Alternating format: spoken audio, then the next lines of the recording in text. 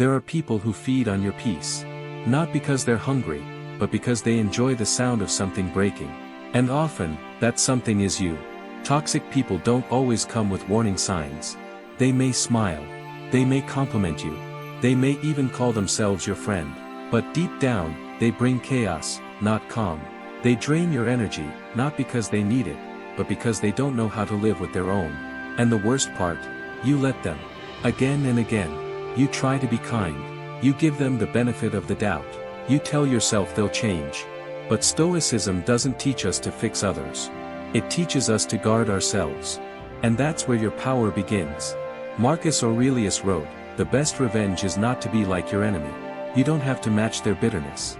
You don't have to fight on their level. You win by not becoming them. You win by staying yourself, strong, centered, untouchable. The Stoics were not naive.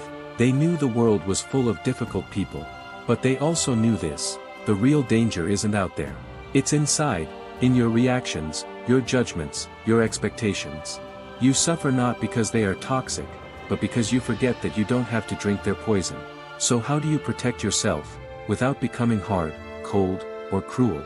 How do you face toxicity and walk away intact? The answer is discipline.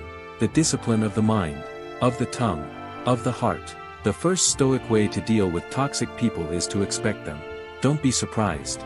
Don't act shocked. Marcus said, when you wake up in the morning, tell yourself, "Today I will meet people who are meddling, ungrateful, arrogant, dishonest, jealous, and surly." Why? Because that's reality. And if you expect rain, you bring an umbrella.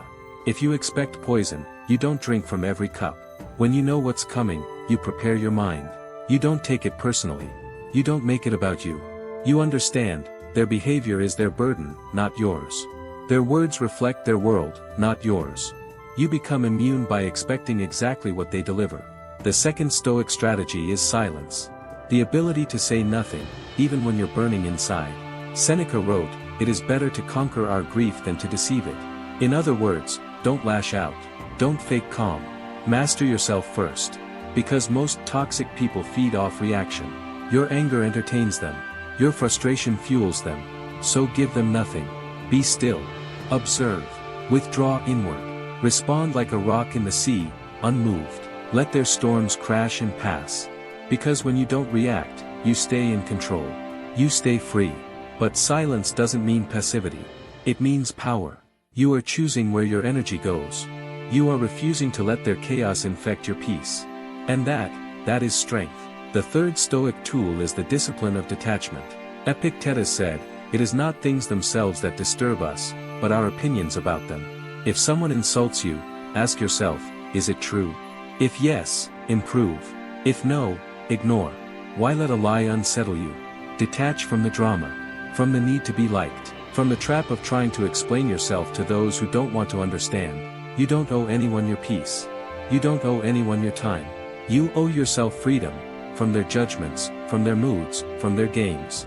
You walk away, not out of weakness, but out of wisdom. You disengage because you value your mind. You step back because your soul is not a battlefield. The fourth method is to set internal boundaries. Not just physical ones, but mental ones. Because sometimes, the toxic person lives in your head. Even after they're gone. You replay their words. You relive their insults. You carry them like ghosts. But Stoicism teaches us, the only thing that belongs to you is your mind, your thoughts, your choices. No one has the right to live there rent-free. When the memory returns, meet it with reason. When the pain stirs, answer with principle. Don't let them win twice, once in real life, and once in your imagination. You set boundaries not by raising walls, but by building strength within. You say, "That's not mine to carry." And you let it go. The fifth Stoic way is to use every encounter as training. Marcus Aurelius viewed every obstacle as an opportunity. Every insult, every betrayal, a moment to practice virtue. Patience. Courage. Justice. Resilience. Toxic people become your teachers. Not because they're wise, but because they give you the chance to become who you claim to be. If you want to be calm, face provocation. If you want to be free, face control. If you want to be wise, face confusion. These people are your gym, your tests, your sharpening stone. You stop asking, why me, and start asking, how can I grow? Because the Stoic doesn't pray for an easy life. He prays for the strength to endure a hard one. He doesn't beg for good people. He becomes one, in spite of the world. You'll never control who you meet, but you can always control who you become in their presence. There's a kind of toxicity that doesn't shout. It whispers. It smiles. It hides behind favors, behind guilt, behind the phrase, I'm just trying to help. But underneath the surface, it's control. It's manipulation. And it's dangerous. The Stoics didn't need the modern term, gaslighting, to understand what it means to be mentally cornered by someone who twists truth, sows confusion, and feeds on your self-doubt. They had a word for it, tyranny of the passions, and they warned us never to hand our inner citadel to anyone. Epictetus said, no one can harm you without your consent. That includes the harm of distorted reality. If someone repeatedly makes you feel confused, anxious, unworthy, stop. Step back. Ask yourself, what would a Stoic do? He would not argue. He would not try to win. He would return to what he knows, that his judgment is his own. That clarity is found in silence. And that he cannot be made small without his permission. One of the most powerful Stoic tools is what I call the clean mirror. Life throws dirt at you, insults, lies, projections. But your job is to stay clean, untouched, reflective, to see clearly, not through emotion, but through reason. When someone tries to make you doubt your worth, ask, is this true? And even more importantly, does this help me become better? If the answer is no, discard it. Like Marcus Aurelius said, you have power over your mind, not outside events. Realize this, and you will find strength. Another way Stoics resist toxicity is by refusing to imitate it. This is harder than it sounds.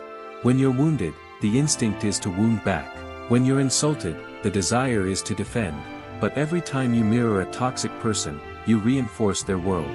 And you lose a piece of yourself. Seneca said, he who returns an injury doubles it. Why? Because he allows someone else's darkness to shape his own actions. And what's the point of winning an argument if you lose your character?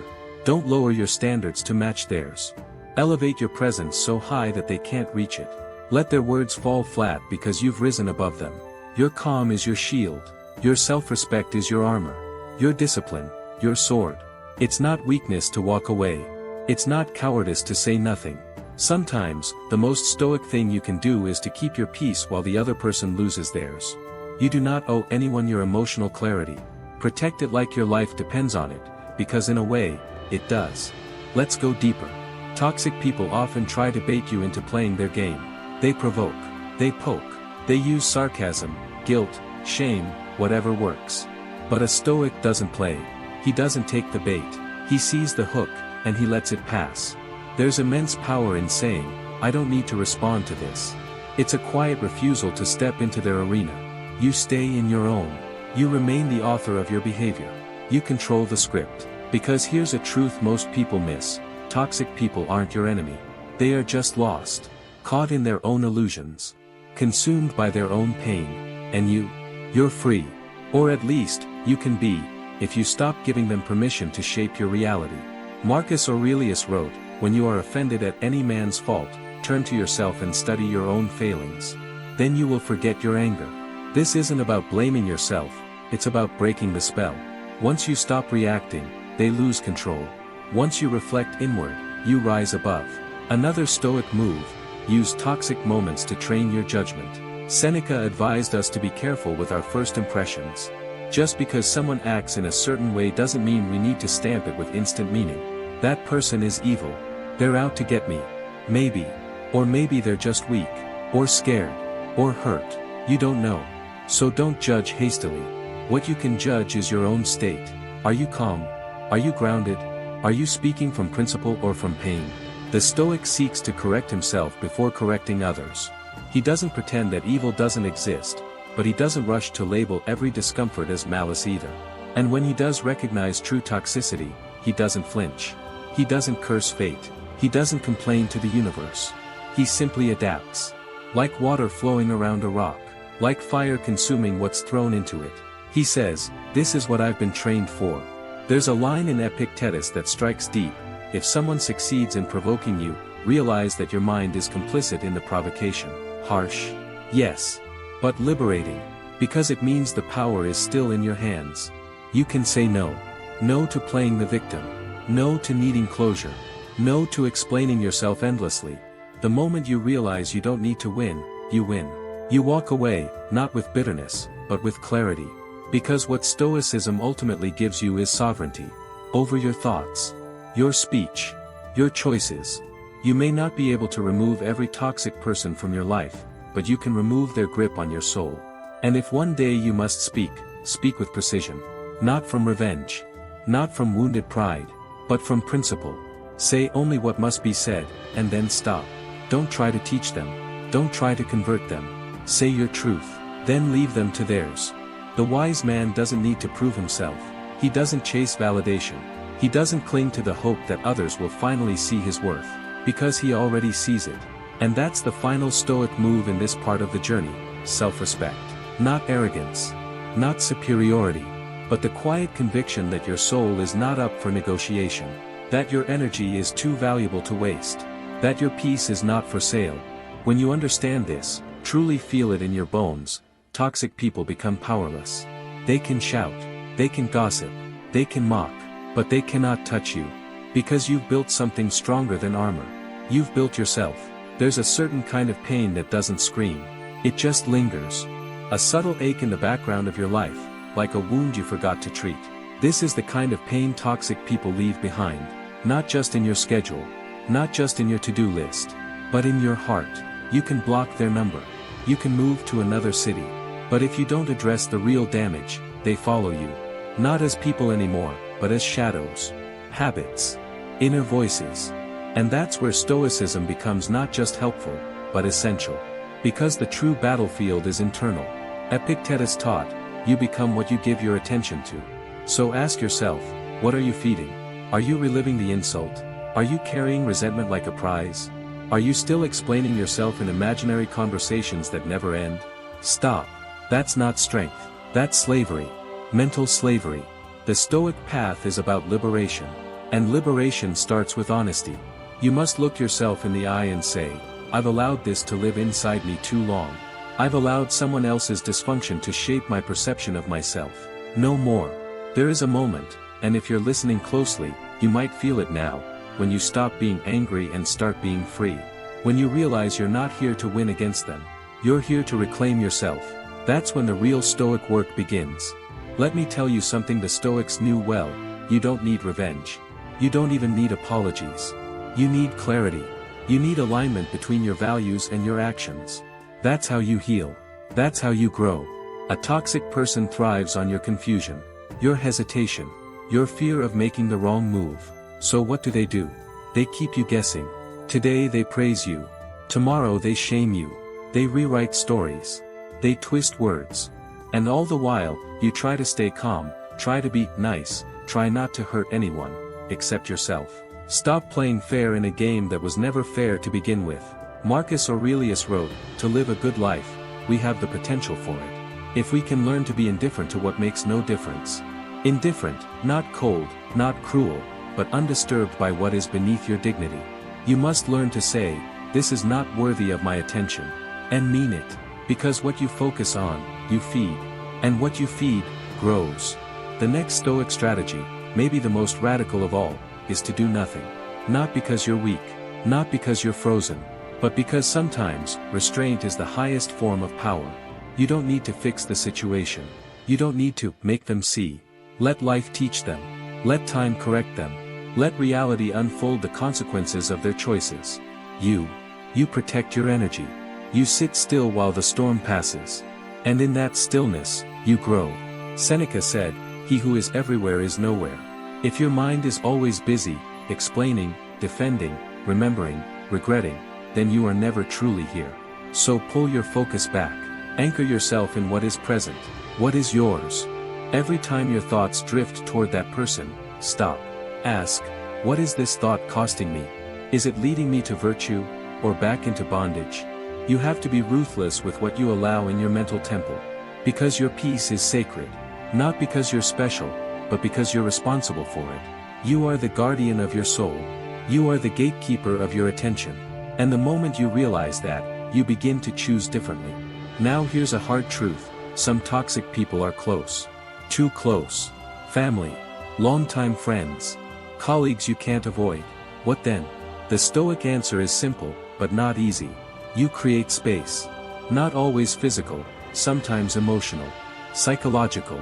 You redefine the terms of engagement. Marcus said, the impediment to action advances action.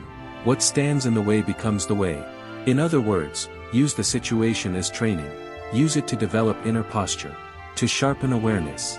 To practice detachment in the presence of familiarity. You can love someone and still not let them wreck your mind. You can be courteous, without being controlled. Stoicism doesn't ask you to become a monk. It asks you to become a master of yourself. You don't need to announce your boundaries. Just live them. Speak less. Expect less. Hope less. But act with more integrity. More poise. More self-control. And yes, it will hurt sometimes. Growth always does. But remember, you're not doing this to punish them. You're doing this to protect what's left of your fire. Don't dim your light for those who are blind to it. Don't break your back for those who never say thank you. Don't carry the weight of relationships that only exist when you're the one holding them up. Seneca once said, associate with people who are likely to improve you. But if that's not possible, then use their presence to improve yourself. Let them sharpen your patience. Let them test your limits, so you can expand them. Let their chaos teach you to value order. Because one day, and this will happen, you'll look at that same person who once drained you, and feel nothing. No anger. No pain. No need to prove anything. Just a calm, quiet sense that they no longer live in you. That moment is gold. That moment is Stoic peace. It doesn't come overnight. It comes through practice. Through daily choices. Through the radical discipline of letting go, not once, but again and again. And the irony? The more you let go, the more powerful you become. Not in a loud, aggressive way. But in a silent, unshakable way. Because the truly powerful person doesn't need to dominate anyone. He just refuses to be dominated, by fear, by guilt, by memory, or by someone else's expectations. He knows who he is. He knows what he values. And he knows where he's going, with or without their approval. That is Stoic power. Not loud, not dramatic, but rooted, unmoving, eternal. There is a moment, after you've stepped away from toxicity, when the silence feels strange. You're no longer constantly defending yourself, no longer walking on eggshells. But you're also not quite at peace. Why? Because even when the toxic person is gone, their echo remains. In your doubts. In your hesitation. In the way you question your own worth. This is where many people fall back. Not because they miss the abuser, but because they miss the familiarity of being needed, even in a harmful way. That's the trap. And the Stoics warned us about it. You see, dependence is not just about comfort, it's about identity. And when someone's chaos becomes part of your identity, letting go of them feels like losing a part of yourself. But Epictetus would say, you are not what happens to you. You are what you choose to become. So if you've walked away, don't stop walking. Don't just remove the toxic person. Remove the toxic pattern. That means rebuilding the way you see yourself, the way you define connection, the way you choose who gets access to your inner world. And it starts with one word, dignity.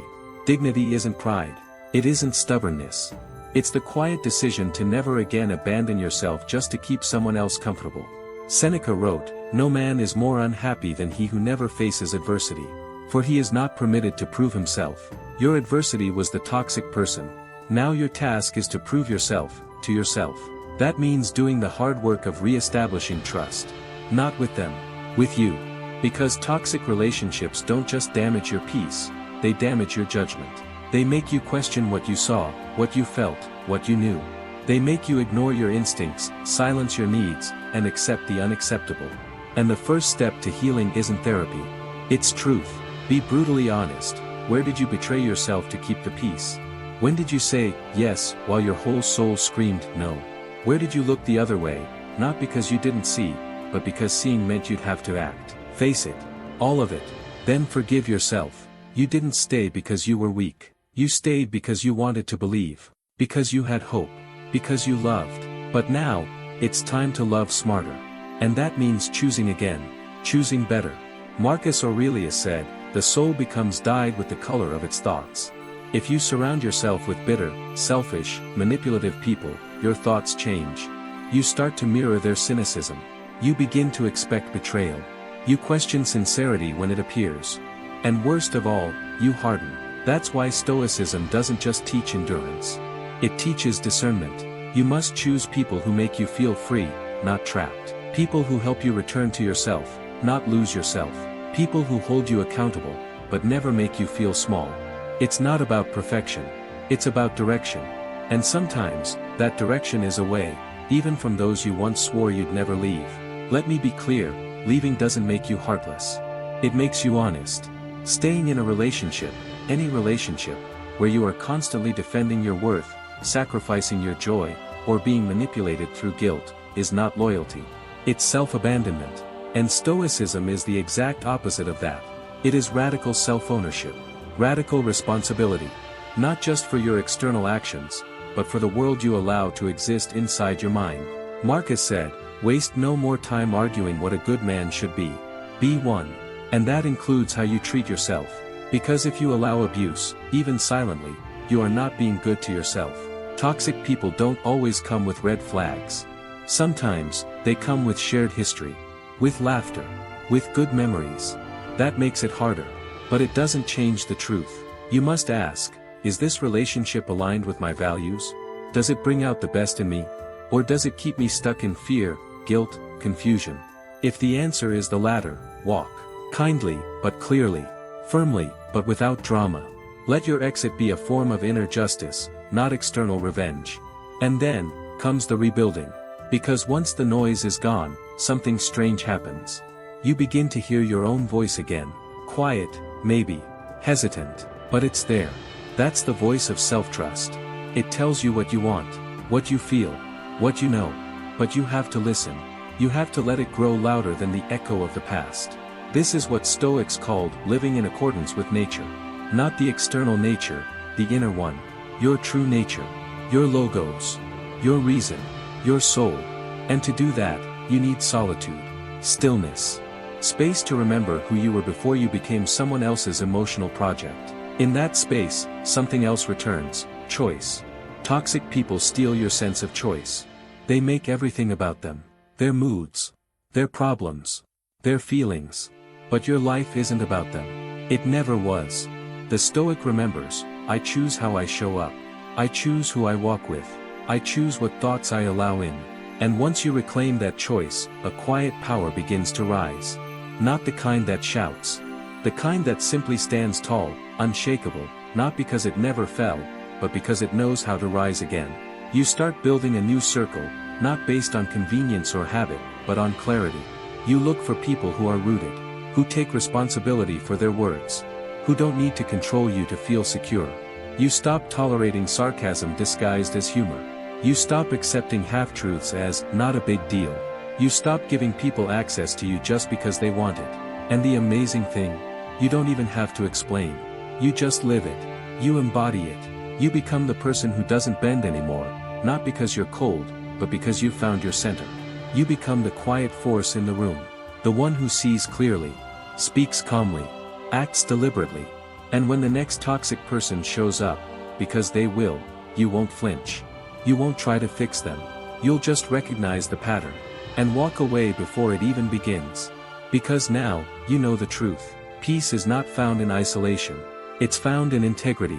And when your thoughts, words, and actions are aligned, no one can disturb you for long. Not the manipulator. Not the blamer. Not the narcissist. Not even your own past. You are no longer controlled by who hurt you. You are led by who you choose to become.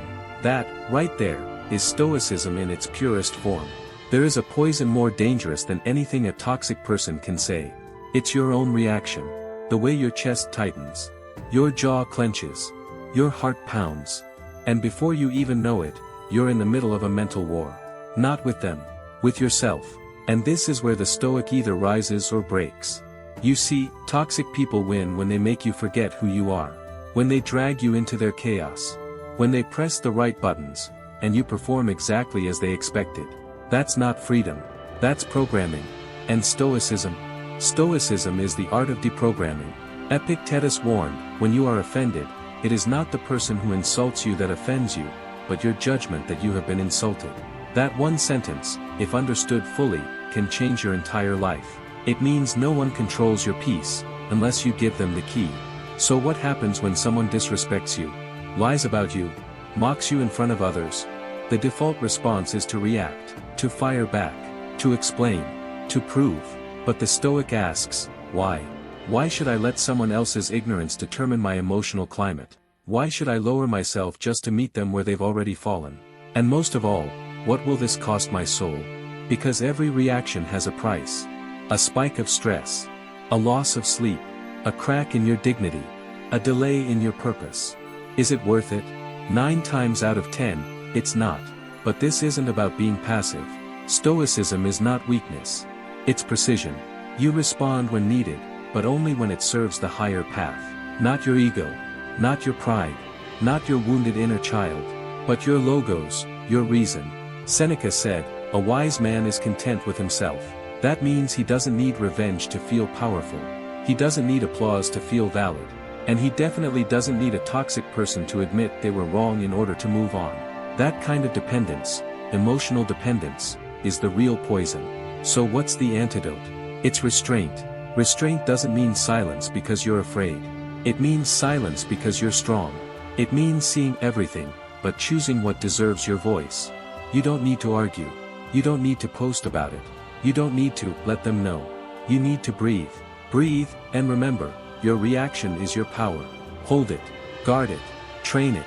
That's why the Stoics trained daily, not for war, but for life. They practiced insults, poverty, discomfort, rejection, all in their minds, so that when the moment came, they were already ready. Have you done that? Have you trained your mind to expect ignorance, and remain calm? Have you trained your tongue to taste cruelty, and not lash back? Have you trained your soul to face betrayal, and still act with dignity? That's Stoicism in motion. You see, every provocation is a test. And most people fail not because they're evil, but because they're untrained. They let every word enter like a sword. Every look, every tone of voice. And with each cut, they lose a little more of themselves.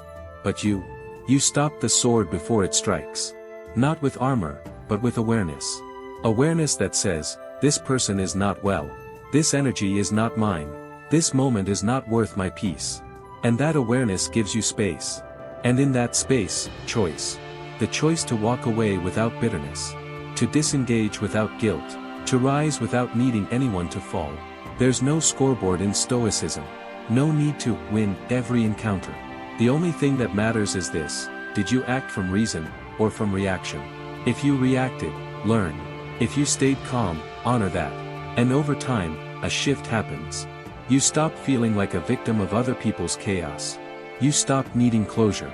You stop waiting for someone else to fix the story. Because now, you see the pattern. Toxic people operate on one law: provoke and control. The Stoic breaks the cycle: observe and remain free. And it's not easy. There will be moments when everything in you wants to scream. When injustice feels unbearable. When silence feels like surrender. But that's when you breathe deeper. That's when you say, this is the work. Marcus Aurelius wrote, you have to assemble your life yourself, action by action. And be satisfied if each one achieves its goal as far as possible. So make your next action deliberate. Not an emotional reaction, but a conscious step forward. Walk out of the room. Close the tab. End the call. Change the subject. Disengage with grace. Because there's nothing more intimidating to a toxic person than someone who won't be baited. Who doesn't flinch. Who doesn't beg. You become untouchable not by isolating yourself, but by mastering yourself. And that mastery comes from repetition. Practice stillness. Practice non-reaction. Practice letting someone be wrong without needing to correct them. At first, it feels unnatural. But soon, it becomes who you are. Not because you're suppressing your anger, but because your values now matter more than your impulses. And this is freedom. The kind of freedom you don't need to announce. The kind that shows in your eyes. In your posture. In your decisions. It's the freedom of a man or woman who has learned, my peace is mine. My mind is mine. My attention is mine. And I don't give them away, not for drama, not for ego, not even for justice. Because justice, in the Stoic sense, is lived, not demanded. You live your truth. You speak with integrity. You walk with discipline. And that is justice enough. So when the moment comes, and it will, when someone pushes every button, says every wrong thing, mocks you, lies about you, tries to undo you, smile. Not because you like it, but because you see clearly. They are not the problem. Your reaction is the battlefield. And now, you know how to win. At some point, you stop thinking about them. Not because you forgot, but because you've healed. There's no more urge to check what they're doing. No more need to replay old conversations. No more imaginary debates in your head where you finally say the perfect thing. They lose their grip. And you realize, they were never holding you. You were holding them, in your memory, in your emotion, in your need for answers. But now, you're done. And not because you moved on, but because you finally moved inward. That's the final Stoic step. The return to self. Marcus Aurelius called it, the retreat into your own mind. Not as escape, but as homecoming. Because the mind, when trained and ordered, is a fortress no one can breach. And when you've faced toxic people and walked away with your soul intact, you don't just survive. You transform. You become someone new, or rather, someone ancient. Someone unshakable. Someone who no longer defines their value by who accepts them. Who no longer adjusts their truth to make others comfortable. Who no longer abandons themselves for peace. You become sovereign. Not a slave to compliments. Not a puppet of criticism. But rooted. Calm. Present. And now, when someone tries to manipulate you, you don't even flinch. You just see it. Clearly. Without malice. Without fear. You see the wound behind their words. The desperation behind their control. And you don't take it personally. Because it was never about you. Toxic people don't need enemies. They create them. And the most painful trick they play. They convince you that you're the problem, just for having boundaries. Just for saying no. Just for growing. But you see through it now. Seneca wrote, if you know not to what port you sail, no wind is favorable. You've chosen your port, peace, dignity, strength, and you no longer let the noise of the storm change your course. That is what Stoicism builds, not coldness, but clarity. So let's be clear. Toxic people will always exist. They are part of the human condition. But they only have power when you forget who you are. When you let them narrate your story. The Stoic writes his own. With silence, when needed. With restraint, when tested. With presence, always. And in doing so, he builds a kind of quiet authority, not over others, but over himself. He doesn't need revenge. He doesn't need permission. He doesn't even need understanding. He only needs one thing, alignment. Between thought and action. Between values and behavior. Between soul and speech. That alignment makes you magnetic. Not to everyone, but to the right ones. Because when you stop tolerating toxicity, you make room for something else, depth. You attract people who speak plainly. Who listen deeply. Who challenge respectfully. Who leave you feeling full, not drained. You start to build a new world, not out there, but inside you. And it shows. In how you walk into a room. In how you say no without apology. In how you remain calm when others collapse. That's Stoic strength. It doesn't shout. It doesn't need to be validated. It's quiet, centered, indifferent to noise. And if a toxic person tries to return, you don't panic. You don't react. You just hold your line. A line they can't cross, not because you push them away, but because they no longer know how to exist in the light you've chosen to live in. You speak the truth, if needed. But you don't explain endlessly. You set the boundary, once. Then you live it. And if they call you cold, you smile. Because you know warmth and weakness are not the same. You are kind, but not soft. You are compassionate, but not available for chaos. You are open, but only to what aligns with peace. That's the paradox of Stoicism. It looks hard from the outside, but inside, it's peace. Pure peace. Because when you stop needing others to be different, and start choosing who you allow close, you regain everything they tried to steal. Your time, your clarity, your direction. You stop being a mirror for other people's dysfunction. You become a mirror for your own values. And slowly, day by day, you fall in love with who you're becoming. Not perfect, but principled.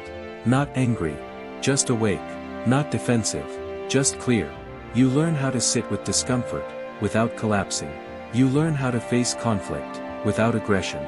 You learn how to say goodbye, without guilt. And maybe one day, someone will ask you, how did you become this calm? How did you stop letting them get to you? How did you stop chasing validation? And you'll answer, simply, I remembered who I was. Because that's what Stoicism is. Not some cold philosophy for old men, but a return to essence. To what's unbreakable in you. To your reason, your self-respect, your freedom. So if you're listening to this, and you're still carrying someone else's poison, let it fall. If you're still waiting for closure, let it go. If you're still hoping they'll understand, release it. They don't have to change. You do. You are not responsible for their healing. You are responsible for your peace. So start today. Walk away. Not with rage, but with reverence, for your own life. Be firm. Be silent. Be just. And most of all, be free. Because the world doesn't need more people who shout. It needs more people who stand. Still. Calm. Unmoved. That's what you were born to be. And now, you are.